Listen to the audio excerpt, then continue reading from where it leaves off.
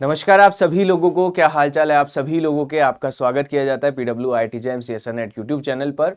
ये वीडियो है CSIR net के बारे में। इसके पूरी डिस्कशन हम इसके बारे में करेंगे। क्या है CSIR नेट, क्या एलिजिबिलिटी है, कौन कौन लोग दे सकता है, उसके बारे में कंप्लीट इन्फॉर्मेशन हम यहाँ पर देखने वाले हैं। तो आइए, काफ़ी इंफॉर्मेटिव वीडियो होने वाली है। उनके बारे में जो अभी सोच रहे हैं नेट के बारे में, या पहला पहला उनका चांस है ना, जो अभी आए हैं एलिजिबल होने लगे हैं, तो उनके बारे में और काफ़ी हेल्पफुल रहने वाला है। तो सबसे पहले समझते हैं कि CSIR आपका एग्ज़ाम है ना, ये basically lectureship, junior research fellowship और लेक्चरशिप एंड एक और चीज़ यहाँ पर ऐड कर दी गई है, दैट इज़ PhD। ठीक है, इन तीन चीज़ों के लिए ये एलिजिबल होने लगा है। मतलब कि ये एग्जाम तीन चीजों के लिए होने लगा है और तीन ही कट ऑफ देखने को मिल रही है। ठीक है, जब आप एग्जाम फॉर्म भरोगे भविष्य में, तब भी आपके पास तीन ही चॉइसेस आएंगी कि क्या क्या चीज आप भरने वाले हो। वो भी मैं आपको दिखाऊंगा सारी चीजें। 3 घंटे का ये पेपर होता है और सभी सब्जेक्ट में आपका ये 200 नंबर का ही होने वाला है। ठीक है, बट वेरिएशन रहता है, हर सब्जेक्ट का पैटर्न अलग होता है, उसके बारे में भी मैं बातचीत करूंगा इसके, है ना। चलिए आगे चलते हैं। तो सबसे पहले ये जब आप भरते हो तो ये कैटेगरी 1, कैटेगरी 2 और कैटेगरी 3 क्या है, देखिएगा, ध्यान से समझते हैं। अगर कैटेगरी 1 को हम सिंपल शब्दों में यहां पर सिर्फ JRF लिख देते हैं, है ना, इसको हम JRF लिख बोलते हैं, इसको हम LS बोलते हैं और इसको हम PhD बोलते हैं। ठीक है, समझते हैं। देखो, पहले एक सिंपल सी बात समझ लो। अगर किसी ने, जब आप एग्जाम फॉर्म भरोगे तो आपके पास ये तीनों ही ऑप्शन आएंगे कि आप JRF के लिए अप्लाई कर रहे हो, आप नेट के लिए, नेट LS है ना, ये नेट LS एक ही है, या फिर आप PhD के लिए अप्लाई कर रहे हो। ठीक है, तो अगर आप JRF के लिए वहां पे फॉर्म फिल करते हो और लेट सपोज आपकी कट ऑफ यहां तक ही क्वालिफाई होती है, तो आप ये दोनों के लिए तो एलिजिबल हो जाओगे, बट इसके लिए एलिजिबल नहीं होगे। तो अक्सर लोग फॉर्म हमेशा JRF का ही डालते हैं, मतलब फॉर्म भरते वक्त JRF भी वहां पर लिखते हैं, और जो भी इसमें से मिलता है उनके रिजल्ट के हिसाब से होता है। ऐसा भी होता है JRF का डाला बट उसमें उनका LS क्लियर हो गया, अगली बार उन्होंने डाला तो JRF हो गया। बट हाँ, एक चीज ध्यान रखना, अगर किसी ने फॉर्म भरते वक्त ही कैटेगरी 2 में ही फॉर्म भरा है तो उसके कितने भी नंबर हो उसको JRF नहीं मिलेगा। तो ये भरते वक्त आप थोड़ा सा ध्यान रख लेना। जैसे कि यहाँ पर ये भी समझा रहा है कि अगर क्वालिफाइड फॉर JRF अगर क्वालिफाइड हो जाता है, ठीक है, तो ये दोनों ऑटोमेटिकली ही क्वालिफाइड हो जाते हैं। ठीक है, बट अगर आपका ये एलिजिबल हो जाएगा, JRF अगर आपका नहीं हुआ तो आप इसके और इसके लिए एलिजिबल हो सकते हो, अगर ये दोनों आपका क्वालिफाई हुआ है। और अगर ये भी क्वालिफाई नहीं हुआ, सिर्फ कैटेगरी 3 क्वालिफाई हुई है, तो आप PhD में एडमिशन लोगे। अब इनका अंतर क्या है, देखो, JRF क्या है, जूनियर रिसर्च फेलोशिप। यहां पर आपको पैसे मिलते हैं, स्टाइपन मिलता है PhD करने के लिए। ठीक है, PhD में एडमिशन लेना आसान हो जाता है। अलग अलग जगह, अलग अलग जो हमारे देश में अलग अलग इंस्टीट्यूट है, IITs हैं, आइसर है ना, ISC है, और CSIR की जो खुद की लैब्स है ना, उनमें आप एलिजिबल हो जाते हो PhD के लिए। और एलिजिबल तो दूसरे तरीके से भी लोग हो जाते हैं, जैसे गेट के थ्रू भी हो जाते हैं, बट JRF के थ्रू आपका एक स्टाइपन फिक्स हो जाता है कि आपको इतना स्टाइपन मिलेगा।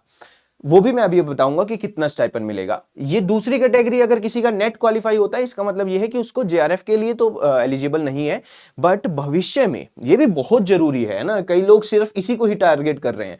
भविष्य में आपके कोई भी स्टेट में अगर वैकेंसी निकलती है, जैसे RPSC की निकली, UPPSC की निकली, HPSC की निकली, है ना, और पंजाब में निकली, तो वहां पर नेट एलिजिबल कंडीशन माना जाता है आपको फॉर्म भरने के लिए। तो ये तो काफी, मतलब ये तो करते ही करते हैं। जो मास्टर्स कर रहा है उसके बाद उसको PhD करनी है या नहीं करनी है, तो JRF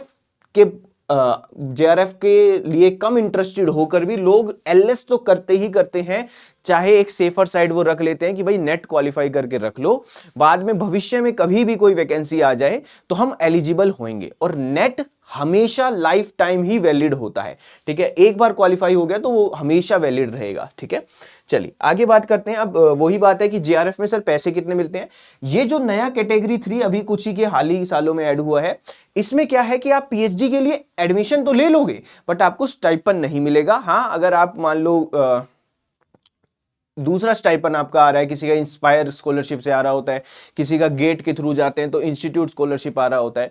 बट अगर किसी को PhD करनी है और स्टाइपन का कोई टेंशन नहीं लेनी है, तो अपना JRF के ऊपर पहले टारगेट करो, ताकि सीधा किस्सा खत्म होए, आपको टेंशन कम रहे, इसकी हमेशा पीएचडी की सीट्स भी ज्यादा होती है एज कंपेयर टू गेट के थ्रू जाना। गेट के थ्रू इंस्टीट्यूट स्कॉलरशिप मिलती है, उसमें कुछ सीट होती हैं पर्टिकुलर हर इंस्टीट्यूट में, बट जेआरएफ से रिलेटेड, जेआरएफ गवर्नमेंट के थ्रू आता है तो वहां पर उसके मतलब आता तो सब वहीं से ही है ना, चाहे वो इंस्टीट्यूट का भी हो, बट स्टिल जेआरएफ के सीट्स आपको ज्यादा मिलेंगी। ठीक है, उसके बाद जेआरएफ में आपको स्टाइपन जो है वो कितना मिलता है, तो स्टाइपन देखो शुरू के आपके 2 साल के लिए जो होता है वो 37,000 होता है, उसमें आपको जेआरएफ बोला जाता है ना, मतलब आपको बोला जाता है कि आप जेआरएफ एज ए जेआरएफ काम कर रहे हो, है ना, और आपका जो उसका नाम भी होता है जूनियर रिसर्च फेलोशिप। ठीक है, जूनियर रिसर्च फेलोशिप होती है। ठीक है, ये पहले 2 साल आपको इतना मिलता है।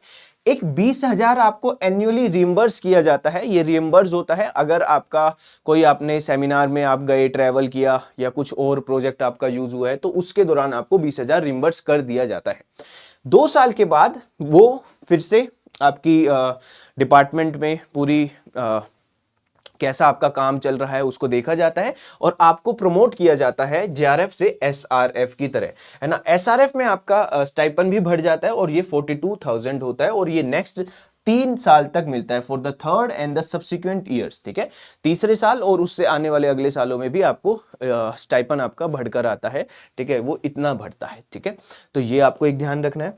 और अब आप फॉर्म जब भी भरते हो, है ना, ये एग्जाम होता कब कब है, ये एग्जाम अगर हम बात करें, ये एग्जाम आपका दिसंबर में, है ना, दिसंबर और जून का साइकिल चलता है। ठीक है, अभी आपका दिसंबर का एग्जाम 18 दिसंबर 2025 को हो चुका है, तो अब हम जून 2026 के कभी भी इंतजार कर सकते हैं कि इसके फॉर्म कभी भी निकल सकते हैं। ठीक है, अब एक सबसे इंपॉर्टेंट बात ये आती है कि सर यहां पर एलिजिबल कौन कौन है। अच्छा, ये भी देख लो कि एग्जाम अगर किसी को जानना हो कि सर कितने फॉर्म के पैसे के हैं, तो फॉर्म के पैसे भाई ये है, ये लास्ट ईयर के लिए मैं लास्ट ईयर जो अभी भरा गया था दिसंबर वाला, उसका मैं जस्ट ले आया हूँ ताकि आपको थोड़ा आइडिया लग जाए, है ना। ये इतना आपके पास होता है, जनरल का 1150 है, जनरल ईडब्ल्यूएस ओबीसी और इनका 600 है एंड बाकी 325 है। ठीक है, ये थोड़ा सा आपको पता होना चाहिए। एलिजिबल के बारे में हम यहाँ पर बात कर लेते हैं। ठीक है, देखिएगा एलिजिबल यहां पर हम रखते हैं, है ना। अगर किसी को ये नहीं देख रहा तो प्लीज जूम कर लेना। ठीक है, देखिएगा मैं वैसे भी बोल देता हूं, ये है कि 4 ईयर यूजी होल्डर्स, है ना, जो 4 साल की जिनकी बीएससी हो रही है और मास्टर्स ईयर। ठीक है, देखिएगा अगर कोई जेआरएफ के लिए अप्लाई कर रहा है तो उसको ये ध्यान रखना, देखो असिस्टेंट प्रोफेसर के लिए बीएससी वाले एलिजिबल नहीं होते हैं, यहां पर सिंपल लिख रखा है, जेआरएफ के लिए एलिजिबल हो जाएंगे और इसके लिए आपका एलिजिबल नहीं होते हैं, है ना। 4 ईयर वाले एलिजिबल नहीं होते हैं जेआरएफ मतलब असिस्टेंट प्रोफेसर के लिए। और ऑब्वियस सी बात है भाई, अभी जितनी भी वैकेंसीज हुई हैं वहां पर बीएससी प्लस एमएससी मांगा जाता है, तो वहां पर अभी तक तो यहां पर ये नहीं है। भविष्य में ऐसा हो जाए कि 4 साल बाद, हालांकि कम है चांसेस कि जस्ट 4 साल बाद आपको एज असिस्टेंट प्रोफेसर बन जाना, तो ये थोड़ा कम है इसके चांसेस। ठीक है, मास्टर्स वहां पर रिक्वायर्ड होती है। अगर आप इसके थ्रू एलिजिबल कर रहे हो 4 ईयर के लिए तो 75% आपको आना चाहिए। ठीक है, और 70% आपका रिजर्व कैटेगरी के लिए मतलब ये आपके मार्क्स हैं। ठीक है, बीएससी में आपके मार्क्स है। एमएससी का क्लियर है 55%। ठीक है, एमएससी वाले भाई ध्यान रखना 55% तो अपनी मेंटेन रखें एमएससी में और 50% होती है रिजर्व वालों के लिए। ठीक है, ये बात ध्यान रखना। एज की बात अगर हम करें तो एज है जेआरएफ के लिए 30 इयर्स एज होती है और यहां पर इसके लिए भी जनरल के लिए 30 इयर्स है और बाकी सबके लिए आपके पास 5 ईयर का रिलैक्सेशन है। ठीक है, क्लियर है। रिसर्च एक्सपीरियंस वालों को भी मतलब एकदम डिटेलिंग में जब आप जाओगे, जब आपको किसी का और कोई फैक्टर लग रहा है तो वो भी उसको देखने को मिलेगा ना। जैसे यहाँ पर आप देख सकते हो रिसर्च एक्सपीरियंस वालों को मिलता है। ठीक है, उनको रिलैक्सेशन प्रोवाइड कर दिया जाता है, तो वो अपनी चीज़ देख सकते हो। एक्स सर्विसमैन वालों को भी 5 ईयर्स का प्रोवाइड होता है, तो उस तरीके से आप देख सकते हो। ठीक है, अपर एज लिमिट कोई नहीं है ना। असिस्टेंट प्रोफेसर के लिए कोई भी अपर एज लिमिट नहीं है। ठीक है, no upper age limit for the assistant professor. ठीक है, सिर्फ मिनिमम क्वालिफिकेशन आपको यहाँ पर रिक्वायर्ड है। ठीक है, ये बात ध्यान रखना। जबकि यहां पर 30 साल और 5 साल का रिलेक्शन है, 30 साल तक ही जो स्टूडेंट है 30 इयर्स के थ्रू ही वो जेआरएफ 30 इयर्स से उसकी एज बढ़ जाती है, अगर वो जर्नल में है तो वो जेआरएफ के लिए एप्लीकेबल नहीं होगा, बट असिस्टेंट प्रोफेसर के लिए वो एप्लीकेबल होगा। ठीक है, क्लियर है भैया। चलिए ठीक है, ये सारी डिटेल्स आप अपनी उस पे भी पढ़ सकते हो, है ना, साइट पे बिल्कुल लिखी हुई है, वहीं से ही मैं लेकर आया हूं। अब एक बहुत बड़ा क्वेश्चन आता है कि सर ये बीएससी कंप्लीट हो गई, ये एमएससी कंप्लीट हो गई, अब मुझे बताइए क्या एमएससी कंप्लीट वाले, एमएससी अपीयरिंग वाले, बहुत लोग क्वेश्चन पूछते हैं कि एमएससी अपीयरिंग वाले फॉर्म भर सकते हैं या नहीं भर सकते। एमएससी अपीयरिंग वाले भर सकते हैं। मैं तो कहता हूं फर्स्ट सेमेस्टर में भी आप भर दो, कोई दिक्कत नहीं है। आप देखो इस स्टेटमेंट को पढ़ो, candidates who are pursuing their masters degree, ठीक है, जो मास्टर डिग्री कर रहे हैं और उससे इक्विवेलेंट जो भी कर रहे हैं, ठीक है, वो have appeared for their qualifying master degree final year examination and whose result is still awaited, पूरा पढ़ना फाइनल ईयर्स के अलावा भी, ठीक है, और candidate whose qualifying examination have been delayed may also applies for this test. कुल मिला के जो भी बच्चा मास्टर्स में घुस गया है आप अप्लाई कर सकते हो, जेआरएफ के लिए भी अप्लाई कर सकते हो। जेआरएफ क्लियर हो रहा है तो आपका नेट और ये सब क्लियर हो रहा है। जब सर्टिफिकेट आता है ना, जब सर्टिफिकेट आता है उसमें एक बात लिखी हुई आती है कि आज इसका ये क्वालिफाई हो गया है। अब ये सर्टिफिकेट तब वैलिड है जब आज के तारीख के 2 साल बाद इसकी मास्टर डिग्री कंप्लीट हो जाए विद इन 2 ईयर्स। समझो दोबारा से, मान लो मेरी जुलाई में एमएससी स्टार्ट हो रही है, ठीक है, जुलाई 2025 में मेरी एमएससी स्टार्ट हुई। लेट्स सपोज कोई बच्चा है और उसने अभी दिसंबर 2025 वाला एग्जाम दे दिया, मास्टर्स के पहले सेमेस्टर खत्म होते ही उसने दे दिया। अगर वो क्वालिफाई कर जाता है तो उसके सर्टिफिकेट में ये लिखा आएगा कि ये बच्चे का क्वालिफाई हो गया है, बट ये वैलिड तब माना जाएगा जब आज की तारीख से, जिस दिन उसका रिजल्ट आया है उस तारीख से विद इन 2 ईयर्स में उसकी मास्टर्स कंप्लीट हो जाए। तो अगर उसने दिसंबर 2025 में दिया है, जुलाई 2025 में मास्टर्स अपनी शुरू करी थी, तो जुलाई 2027 में उसकी मास्टर्स कंप्लीट हो जाएगी। ठीक है, आप ये लाइन पढ़ भी सकते हो, यहां पर आपको लिखा हुआ मिलेगा, those such candidates must complete their masters, such candidates must complete their master's degree within 2 years from the date of CSIR UGC net result with required percentage of marks. वही 55% आने चाहिए। ऐसा नहीं है कि मैं तो मास्टर्स में ही क्वालिफाई करके आ गया हूं, है ना, और मास्टर्स में मेरे आ रहे हैं 40%, है ना, तो वो ऑब्वियसली पिछला भी सर्टिफिकेट खत्म हो गया। तो मिनिमम परसेंटेज वाली बात होनी चाहिए, ठीक है, और अगर ऐसा नहीं होता they shall be treated as disqualified. बहुत सिंपल है, कुछ पढ़ना नहीं है, उतारना नहीं है, मतलब सिंपल सुनने की बात है।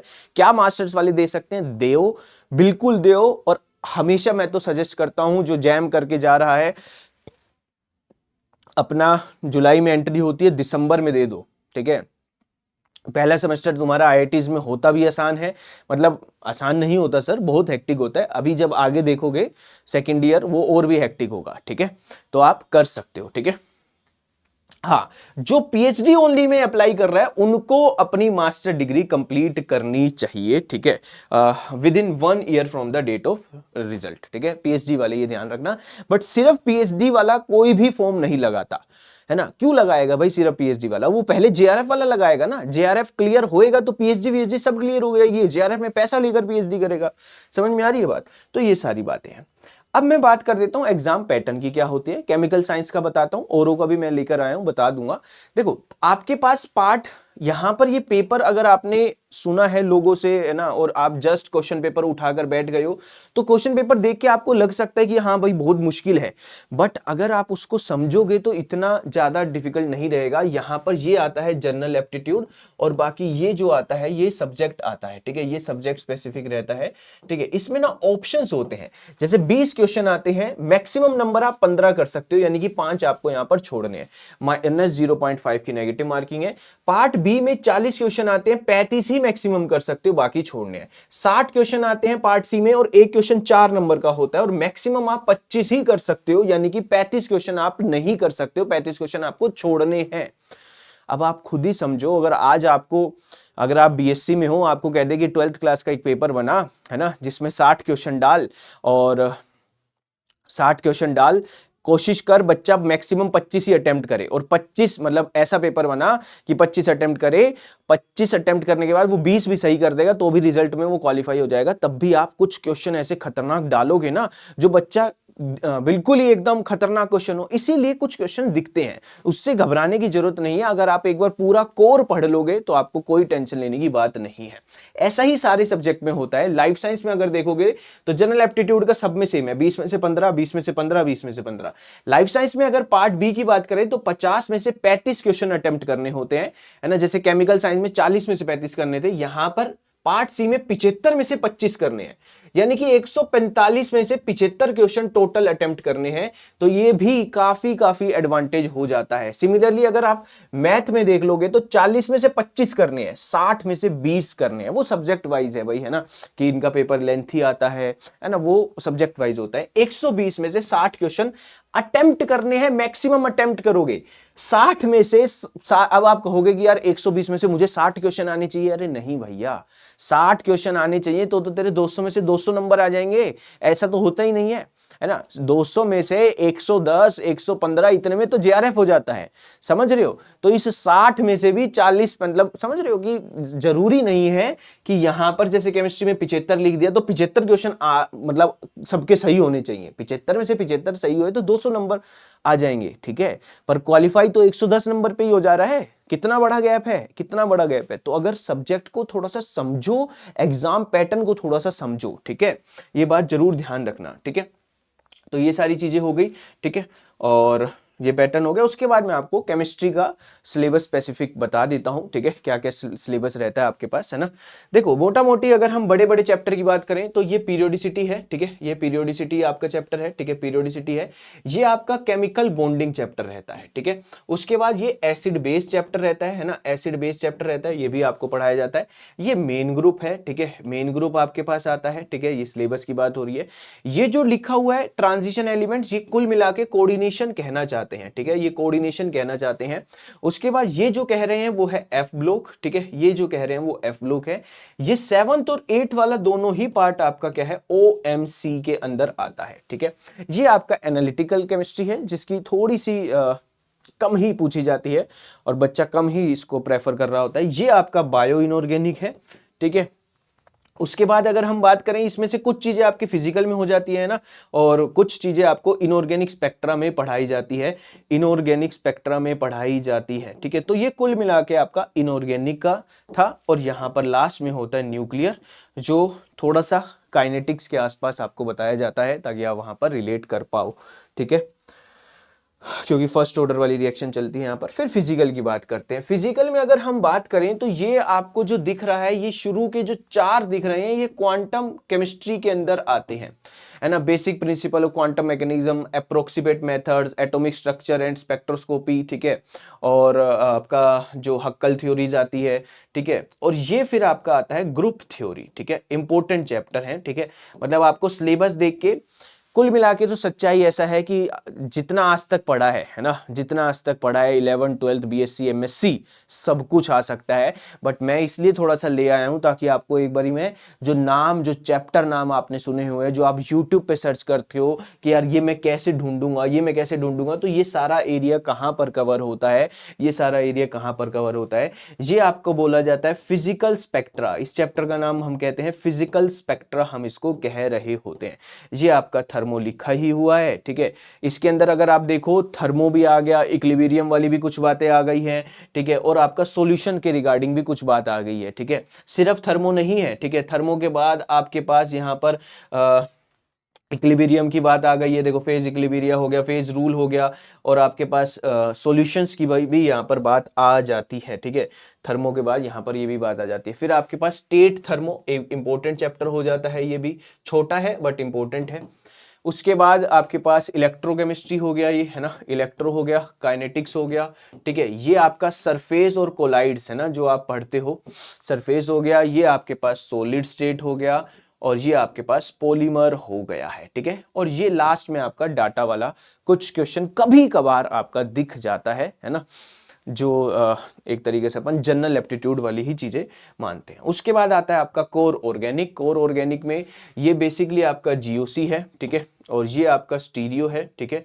और उसके बाद ये भी आपका जीओसी में एरोमेटिसिटी चैप्टर आता है, जीओसी के अंदर ही एरोमेटिसिटी के लिखा हुआ होता है, वो है आपका, ठीक है। ये पूरा इंटरमीडिएट एक चैप्टर है, रिएक्टिव इंटरमीडिएट, जिसमें आपका carbocation, कार्बो anion, radicals, carbene, benzene और नाइट्राइंस, है ना। ये बेसिकली इनके आसपास की सारी रिएक्शन यहां पर आती है। फिर उसके बाद आता है आपका रिएक्शन मैकेनिज्म, पूरा कंबाइन। देखो यहां पर ये छोटी सी चीज लिखी हुई है ना, इतना लिख के छोड़ दिया, बट जब इनको पढ़ने बैठते हैं तो बहुत बहुत कोर है ये, ठीक है। अब इन्होंने लिख दिया कॉमन नेम रिएक्शन, जब पढ़ने बैठोगे तब आपको पता लगेगा कि कॉमन नेम रिएक्शन में क्या क्या है, ठीक है। उसके बाद आपके पास ये आपका ट्रांसफॉर्मेशन वाली चीज आती है, बेसिकली ये रिएजेंट का चैप्टर माना जाता है, ठीक है, रिएजेंट ये माना जाता है, ठीक है। और उसके बाद ऑर्गेनिक सिंथेसिस में एक रिट्रो वाला भी पार्ट होता है, ठीक है। ये सब आपको साइट पे मिल जाएगा, ठीक है। ये जो है असिमेट्रिक सिंथेसिस, ये जनरली डिफरेंट चैप्टर में ही कंप्लीट हो जाता है, जैसे स्टीरियो में कंप्लीट हो जाता है, रिएक्शन मैकेनिज्म में कंप्लीट हो जाता है, रिएजेंट्स में कंप्लीट हो जाता है, ठीक है। उसके बाद एक और चैप्टर चलता है पेरिसाइक्लिक, ठीक है, पेरिसाइक्लिक। एंड देन ये है आपका हिट्रो चैप्टर है, और नेचुरल प्रोडक्ट्स, आजकल नेचुरल प्रोडक्ट भी बहुत आ रहा है। और फिर आता है एक और बड़ा चैप्टर ऑर्गेनिक स्पेक्ट्रोस्कोपी, ठीक है। इसके बारे में भी बात करेंगे, कौन सा चैप्टर कैसे वो होता है, वो किसी और वीडियो में आपको, या फिर आप कभी भी कोई भी तैयारी आप शुरू करने की कोशिश करोगे तो आपको पता लग जाएगा क्या क्या मेजर चैप्टर है। मेजर चैप्टर की अगर हम बात करें तो देखो, फिजिकल में आपका हो गया क्वांटम, हो गया ग्रुप थ्योरी, हो गया स्पेक्ट्रा, हो गया फिजिकल स्पेक्ट्रा जो आता है। और आपके ये जो पुराने चैप्टर हैं थर्मो और काइनेटिक्स, इलेक्ट्रो, पुराने इन द सेंस जो आपने पहले भी पढ़े हैं, ये इंपॉर्टेंट रहते हैं। उसके बाद यहाँ पर आपका name reaction, pericyclic, reactive intermediate, reagents और स्पेक्ट्रोस्कोपी, ये भी इंपॉर्टेंट रहता है। इनऑर्गेनिक में अपना कोऑर्डिनेशन सबसे इंपॉर्टेंट, ओएमसी उसके बाद, है ना। फिर उसके बाद आपका ये bio inorganic, F block, combine, इससे भी बहुत क्वेश्चन आ रहे हैं। मेन ग्रुप भी इंपॉर्टेंट चैप्टर है, ठीक है। तो वो आपको पूरा पढ़ना पड़ेगा, ठीक है। मैं आपको एक सलाह दूंगा कि या तो तैयारी करो, है ना, और अगर नेट की तैयारी करनी है तो आप अफवाहों में बिलीव मत करो, है ना, कि भाई नेट बहुत मुश्किल हो जाएगा, तैयारी कॉलेज के साथ हो ही नहीं सकती है। आप खुद के एक्सपीरियंस से चीजों को सीखो, खुद के एक्सपीरियंस से चीजों को चेक करो। आप अपनी तैयारी अपने पहले दिमाग, अपने दिमाग को पहले इवेल्युएट करके मत शुरू करो कि नेट कितना भारी पड़ेगा मुझे, ऐसा कुछ नहीं है। मैं आपको जरूर सलाह दूंगा कि आपको तैयारी करनी ही करनी चाहिए, ठीक है। और मास्टर्स कर रहे हैं तो नेट की तैयारी आपको जरूर करनी चाहिए, बढ़िया से आपको नेट की तैयारी करनी चाहिए। बहुत सारे हमारे जो बैचेस होते हैं वो आपको प्रॉपर गाइडेंस देते हैं। जितने भी चैप्टर आप यहाँ पर बताए हैं वो सारे चैप्टर 0 से लेकर आपको एडवांस तक पढ़ाए जाते हैं, तो आप उन्हें भी पीडब्ल्यू के ऐप पर जाकर एक्सप्लोर कर सकते हो। आपको वहाँ पर भी बहुत ज़्यादा फायदा मिलेगा। और जो जैम की तैयारी, सबसे पहले जो बीएससी का बच्चा ये देख रहा है, बच्चे आप पहले जैम की तैयारी करो, है ना। जैम की तैयारी आप जब कर लोगे ना तो आपके लिए नेट इतना ज़्यादा मुश्किल रहेगा ही नहीं।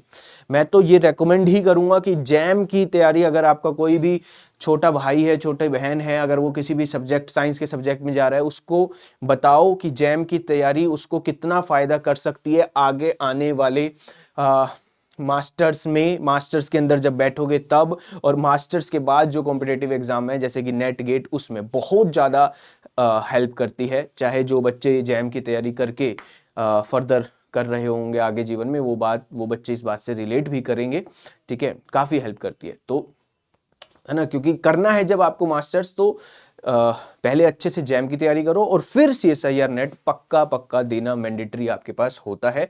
काफ़ी ये आपका जो होता है हेल्पफुल होता है, ठीक है भैया। चलिए, तो ये था एक वीडियो, आई होप आपको काफ़ी इंफॉर्मेटिव इसमें मिली होगी। Thank you so much. अपनी तैयारी शुरू करो, कोई एम डिसाइड करो और उसके लिए काम करना शुरू कर दो। Thank you so much, bye bye, take care.